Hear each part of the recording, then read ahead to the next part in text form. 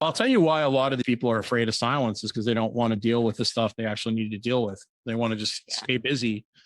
So these things that bubble up in silence, like that's not good. I don't want to deal with that, and they just keep pushing it into the closet. I did it for years, right? I used exercise, competition, and sports to manage the issues I had. And eventually you just can't do it anymore. And then eventually it all spills out of the closet. And you got to, Yeah. instead of sitting quietly and something pops into your head and you're like, oh, that was a sucky time in my life. I'm going to watch it. I'm going to look at it. I really probably should deal with that. Call that person and tell them I'm sorry, or call that person and tell them that I forgive them, or, for some reason that's, still bothering me. I need to get it out. I need to write it on a piece of paper, how I feel about it, how it makes me feel, how pissed off I was when I did it.